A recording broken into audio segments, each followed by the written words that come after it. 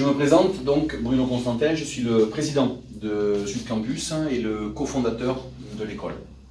Alors là, nous allons aborder un atelier sur la lettre de motivation. Nous avons déjà fait précédemment un atelier sur la constitution et la création d'un curriculum vitae. Là, on passe à un deuxième axe, donc la lettre de motivation. Alors, déjà, première des choses à avoir à l'esprit, c'est la lettre de motivation. Pourquoi? À quoi sert une lettre de motivation? Il faut avoir à l'esprit que sur une offre d'emploi, aujourd'hui, un employeur, sur une demande, reçoit à peu près minimum entre 80 et 100 demandes. Je parle pour les petites structures, c'est-à-dire pour les PME, c'est-à-dire le tissu économique qui correspond au bassin de Sète. Donc ça veut dire qu'il faut être capable, en très peu de temps, de faire la différence par rapport à quelqu'un d'autre qui aura lui aussi envoyé un CV et lui aussi envoyé une lettre de motivation.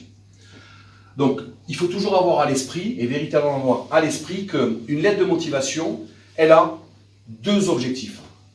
Le premier objectif, et c'est l'objectif premier, c'est obtenir un rendez-vous.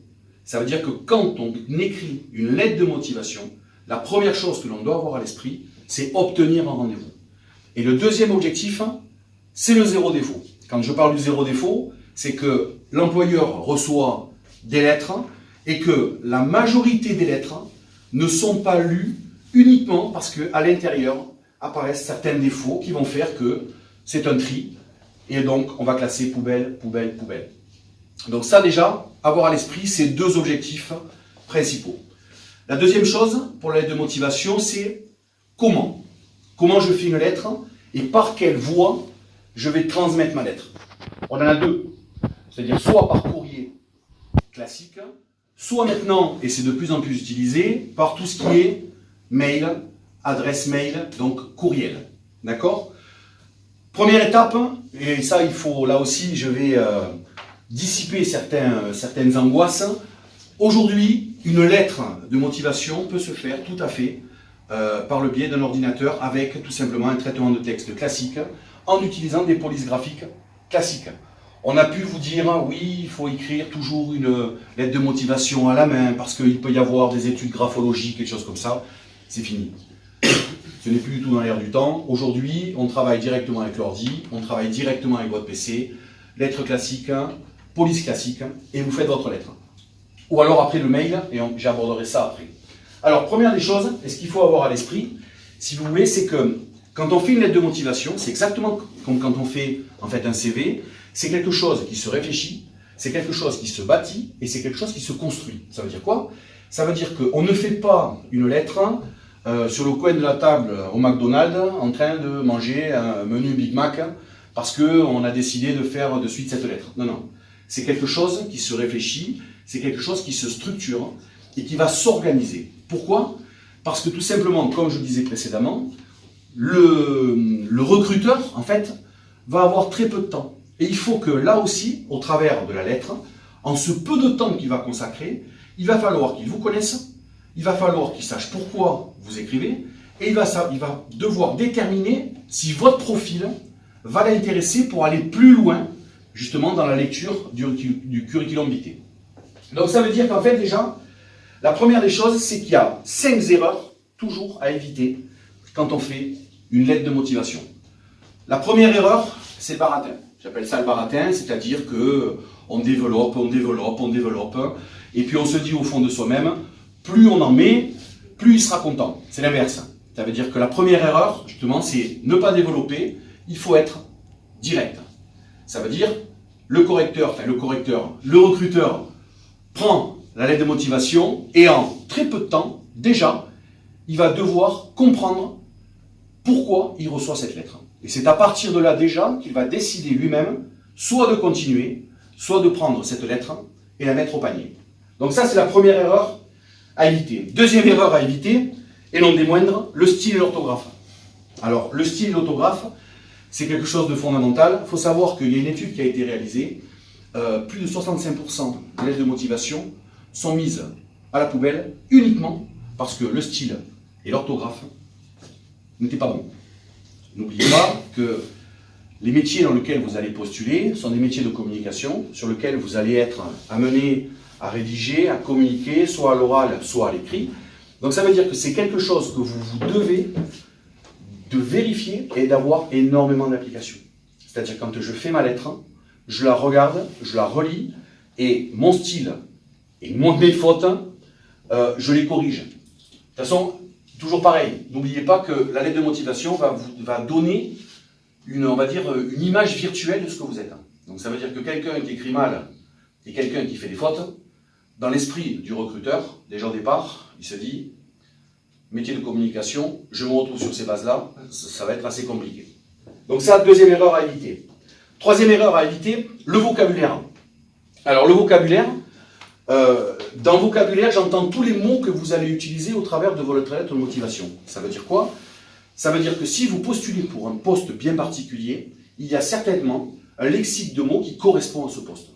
Utilisez les mots appropriés au poste auquel vous vous destinez. Ça veut dire que si c'est du marketing, eh bien on va utiliser marketing. Si c'est de la compta-gestion, on va utiliser des termes qui sont liés à la compta-gestion. Si c'est de la communication, on va utiliser les termes. Donc ça veut dire que là, au même titre qu'un CV, il n'existe pas une lettre de motivation, non, c'est une lettre de motivation par poste ou entreprise visée. Ce n'est pas quelque chose où on fait un copier-coller et on s'en sert de manière générale. Je l'adapte toujours à l'entreprise sur laquelle est le poste que je vise. Enfin, ne pas oublier qu'une lettre de motivation, c'est une lettre d'accroche. C'est-à-dire, c'est le premier élément qui va faire que le recruteur va dire oui, oui mais, ou non. Donc si c'est une lettre d'accroche, c'est pas un CV.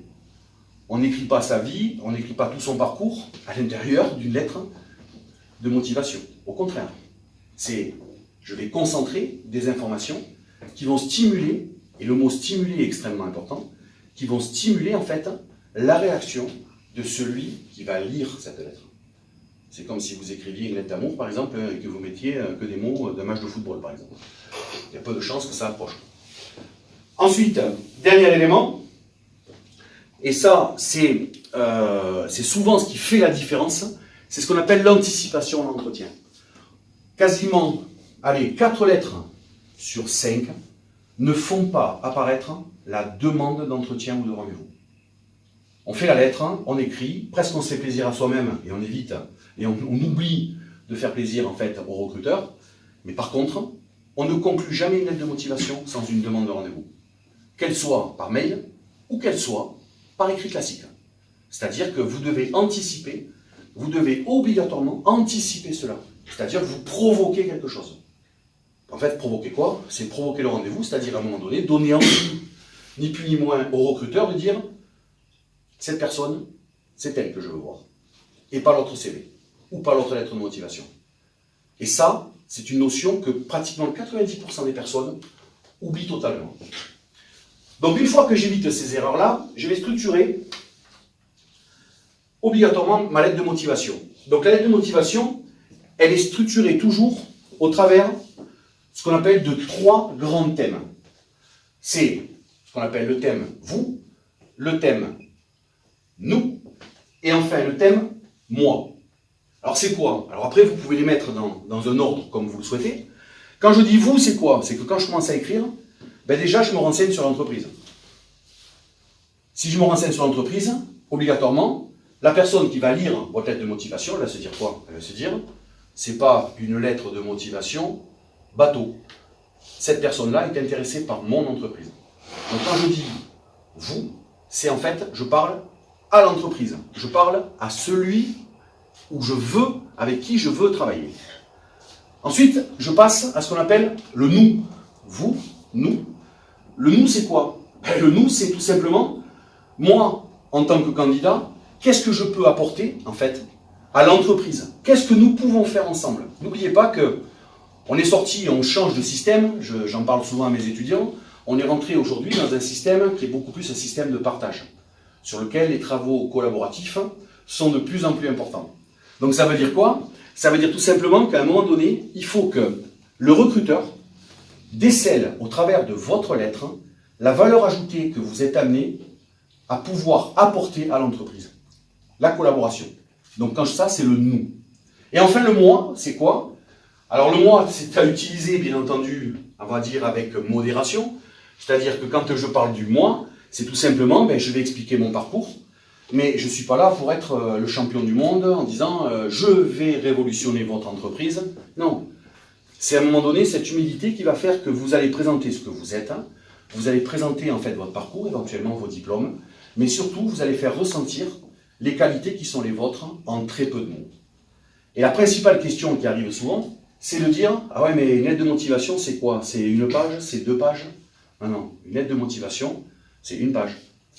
Et encore, on ne parle pas d'un mail. D'accord? Une lettre de motivation, c'est maxi 1 page. Ce n'est pas une dissertation. Et là encore, le recruteur, il ne va pas passer pendant 20-25 minutes à lire votre lettre. Il a autre chose à faire que de lire pendant un quart d'heure, 20 minutes. Moi, j'ai eu l'occasion de lire des lettres de motivation, je me suis régalé. C'est-à-dire que j'ai fait le tour du monde, j'ai voyagé au travers de la lettre de la personne qui postulait sur un poste. Non, l'objectif, c'est pas ça. L'objectif, c'est simplement qu'au travers de la lecture, très rapidement, je vais essayer de cerner la personne et je vais être intéressé en me disant « il faut que je la rencontre ». Et que si en plus, comme je vous le disais tout à l'heure, elle provoque au travers de ce rendez-vous, c'est-à-dire qu'elle m'incite à la rencontrer, parce que l'objectif de la lettre de motivation, c'est quoi? C'est tout simplement donner envie, ni plus ni moins au recruteur, de vous rencontrer. Il va avoir une pièce jointe où il va avoir le CV avec lui, ça va conforter. Mais l'objectif, c'est bien entendu que je sois et je veux rencontrer cette personne. Donc là, j'ai parlé de la partie écrite. Maintenant, rapidement, je vais parler de la partie mail. Alors la partie mail, beaucoup maintenant de CV sont joints par mail au travers d'une lettre de motivation. Alors, le mot lettre de motivation, quand on envoie par courriel, bon, c'est plus trop approprié parce qu'en fait, sur un courriel, ne faites pas 2 pages, c'est pareil. Pourquoi? Parce que le courriel, déjà, c'est souvent une destination extrêmement précise et que la personne qui va se mettre sur son ordinateur, il faut qu'elle accroche rapidement et qu'elle ait envie de regarder la pièce jointe que vous lui avez mise. La chose la plus importante, notamment sur ce qu'on appelle un courriel, il y a une chose extrêmement importante, c'est que déjà, c'est bien vérifier l'adresse à laquelle vous l'envoyez, parce que parfois on envoie ça dans des adresses sans savoir véritablement. Donc là, il faut être sûr. Si vous avez le doute, vous ne l'envoyez pas. Si vous avez le doute, vous faites des recherches pour savoir si vraiment c'est le courriel de la personne que vous voulez atteindre. Ça, c'est la première chose. Faire apparaître, bien entendu, votre nom et votre prénom, mais surtout, extrêmement important, hormis le contenu au travers des 3 grandes parties que vous allez restreindre, c'est mettre à la fin vos coordonnées téléphoniques et là aussi, une demande d'entretien. Souvent, on me pose la question, formule de politesse. Formule de politesse sur une lettre, il y a des formules de politesse. La formule de politesse par le biais d'un mail, c'est cordialement. Ça ne sert à rien, je vous prie d'agréer, madame, monsieur, l'expression de ma parfaite considération. Non, sur un mail, pas nécessaire. Cordialement, alors ça peut choquer certains, ça peut interpeller, donc ce sont de nouveaux modes de communication. Donc là, je vous ai donné, si vous voulez, on va dire les grandes lignes de la lettre de motivation. Ce qu'il faut simplement avoir à l'esprit, c'est que, et je crois que c'est là-dessus qu'il faut vraiment forcer, c'est que la lettre de motivation, c'est vous. Voilà. C'est une notion extrêmement importante qu'il faut avoir à l'esprit, c'est que la lettre de motivation, c'est vous. C'est-à-dire que chaque personne doit avoir sa propre lettre de motivation. Et que le recruteur doit tout simplement être sensibilisé par rapport à ce que vous lui écrivez et ressentir quelque chose par rapport à ce qu'il va tirer de la lettre de motivation et lui donner envie de basculer vers l'utilisation ou l'exploitation de votre CV en pièce jointe, si c'est un mail, ou alors de vous rencontrer pour un entretien. Ce que là, en fait, on fera un prochain atelier justement sur l'entretien, c'est-à-dire comment se comporter dans un entretien. Est-ce que vous avez des questions par rapport à la lettre de motivation? Je vous écoute. Aucune question? J'ai été clair? Oui? Est-ce qu'il est opportun d'introduire à la fin de la lettre de motivation des sujets qu'on pourrait aborder lors de l'entretien? Quand on demande un entretien, justement. Alors, c'est vrai que c'est quelque chose qui peut être utilisé. Le danger, c'est quoi? Le danger, c'est que le destinataire de la lettre n'est pas forcément la personne qui va s'occuper du recrutement ou qui va s'occuper de la sélection. Donc le danger, ça peut être à un moment donné de se retrouver dans une situation sur laquelle on voudrait aborder certains sujets, mais que la personne qui va vous recruter ou que la personne qui va vous recevoir n'ait pas la compétence pour le faire. Donc moi là-dessus, je suis extrêmement prudent. C'est pour ça que dans la lettre de motivation, je le dis, je le redis et je le répète, il y a cet objectif premier, c'est d'obtenir un rendez-vous. La différence sur les sujets, tout ça, ça pourra être évoqué après, justement, au moment de l'entretien, au moment de la présence en face à face avec le recruteur, avec le sélectionneur. L'objectif, c'est l'entretien. Entretien, 0 faute. À partir du moment où on a ça en tête, entretien, 0 faute, ça amènera obligatoirement sur, justement, le contact face à face, qui est le plus important. D'autres questions ? Est-ce que c'est le moment d'indiquer si on a eu des recommandations pour se présenter à ce poste? Alors justement, on est dans le mois. On est dans le mois. Alors, les recommandations, c'est excellent. Moi, j'invite toujours les personnes, parce qu'il faut être très prudent par rapport au mois. Donc, on ne va pas faire un paragraphe uniquement en disant « j'ai été recommandé par l'un, un autre m'a dit que… » Non. Par contre, c'est quelque chose, justement, c'est faire apparaître que vous avez travaillé peut-être dans une entreprise, cette entreprise dans laquelle vous avez été valorisé, et inciter justement le recruteur à amener vers le CV, où là, dans le CV, je vais pouvoir mettre à l'intérieur justement, éventuellement, des documents de recommandation, des choses comme ça. L'idéal après, bien entendu, c'est que quand on est sur l'entretien en face à face, ben, c'est que si j'ai des lettres de recommandation et que l'entretien face à face se passe très très bien, c'est donner encore plus de valeur ajoutée à votre démarche, en confortant en fait votre position par rapport justement à des lettres de recommandation. Donc on envoie les lettres de recommandation avec la lettre de motivation et le CV. En fait, je vais à l'intérieur de mon CV mettre des références par rapport à mes recommandations. D'accord. Et je vais garder mes lettres de recommandation avec moi, parce que peut-être au moment, si j'obtiens le rendez-vous, là par contre c'est beaucoup plus facile. Après, si vous voulez, il ne faut pas perdre de vue non plus une chose. C'est que si vous avez un CV, comme on l'a vu la dernière fois, qui est bien bâti, la recommandation, normalement, vous n'en aurez pas besoin. Pourquoi? Parce que tout simplement, le recruteur ou les cabinets de recrutement, une fois qu'elles vont scruter votre CV, elles vont rentrer en contact, il y a de fortes chances, surtout sur des postes à responsabilité, vont rentrer en contact avec les entreprises dans lesquelles vous avez fait un parcours. D'où, justement, faire extrêmement attention à l'utilisation du moi, c'est-à-dire se dire que je suis recommandé, et en fait, peut-être que la recommandation, elle était simplement une recommandation de confort. C'est-à-dire une personne qui vous a fait une lettre de recommandation parce qu'elle a travaillé à côté de vous pendant 1 an, 2 ans, alors que peut-être sur un appel téléphonique, ça ne sera peut-être même pas du tout la même résonance. D'autres questions? Non?